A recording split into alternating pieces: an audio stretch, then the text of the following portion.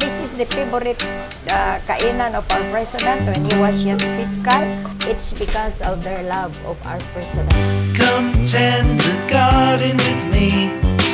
Sa video na to, dadalhin ko kayo sa pinakasikat na kainan dito sa Davao City. Kilala sila para sa kanilang famous Carabao Flakes at bilang paboritong kainan ni former President Duterte. At kikilalanin natin ang gwapang owner sa likod ng tourist destination na ito. And then I'm here in a picture inside the plane. Ready ka na ba?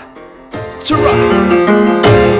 9 AM ng umaga at nandito na ako sa Sanas, Cabawan. Isang kainan na 43 years na at paborito ng mga Davaoenyo dahil ito ay lutong nanay na may pagmamahal at pag-aaruga. At alamin nga natin sa mismong owner na si Miss Sana Sagoysoy Valles kung bakit nga ba laging marami siyang customers. Why Davaoenyos love this restaurant? Sa tingin niyo, bakit mahal na mahal ito ng mga Davaoenyo? No, I do not know because this is the favorite kainan of our president when he was yet fiscal. It's because of their love of our president.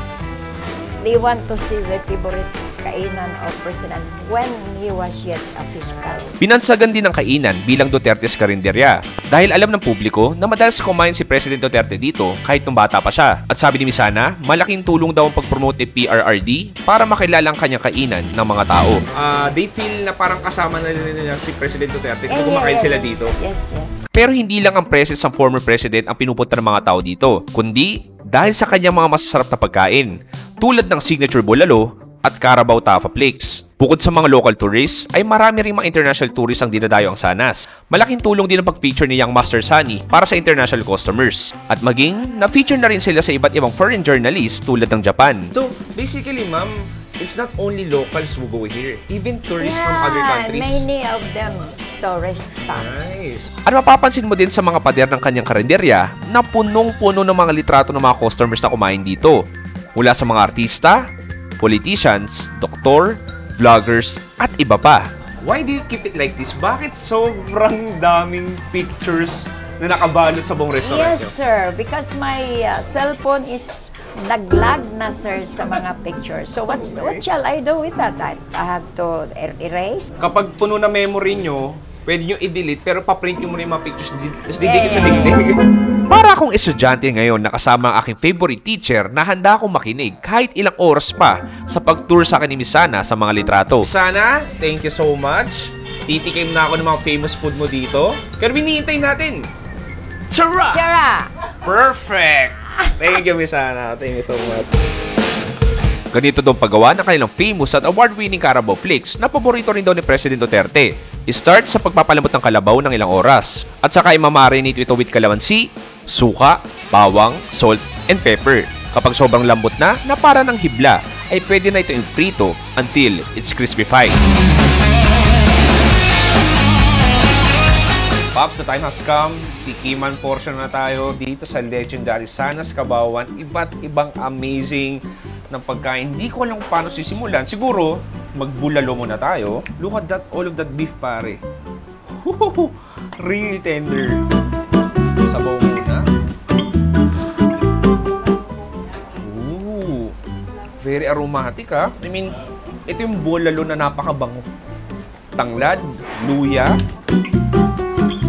Ididip ko sa nilang ginamos. Ito yung parang fermented bagoong nila.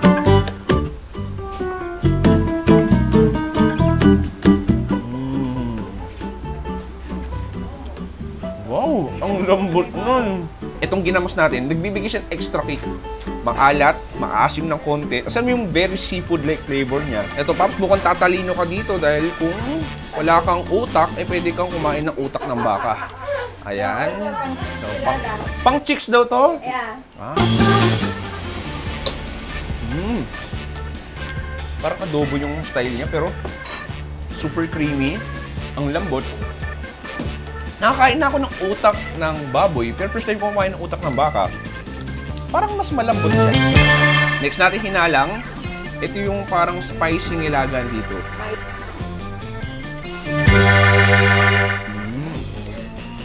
Yung hiwa ng karne dito mas manipis. Ayun, yun yung sipa ng anghanga. Punta na tayo sa ating pinagmamalaking tapang kalabaw. Parang tapa flakes siya. Ayan, so, pansin mo siya, texture niya, no? Parang siyang floss. Biyaheng Parañaque papuntang Davao City para tikman tong legendary na pagkain na to para sa inyo.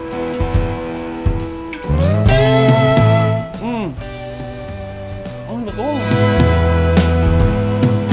Wow! Hindi ko ini-expect na ganun siya kalutong. Ini-expect ko medyo salty siya, pero hindi. I mean, it has a distinct flavor na parang it was marinated ng matagal.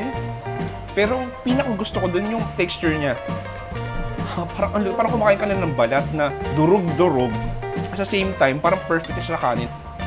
It's a mix of salty na parang medyo garlicky na ewan. Ang lilit niya na hiwa. Pero yung buong flavors niya, parang kumakalat sa buong upper mouth ko at lower mouth ko at pinakadila, ang likod ng dila ko. Ang dami nun, science. Cheers, pare! Paps, kung kakain ka dito, punta ng Davao City, nagigits ko na kung bakit ang dami nagpapapicture, ang daming mga foreigner na pumupunta dito, mas solid yung pagkain nila dito. Lutong bahay, lutong nanay, cheers, last bite para sa inyo.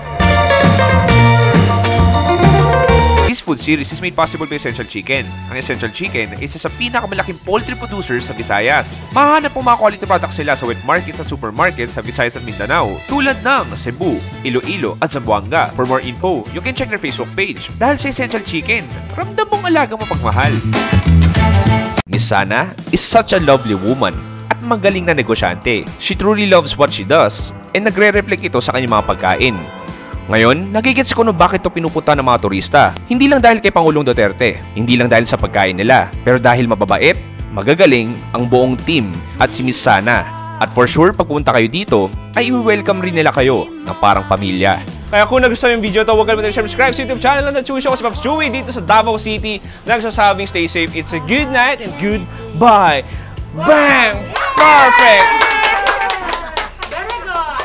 Thank you, Mom. Thank you. Thank you. Thank you, Mom. Thank you. Thank you. Sandalo mga naman. police, Oo. doctors, mga vloggers. Siya, tomorrow. And then I'm here, picture ka inside the plane. Nagpunta dito si Basti.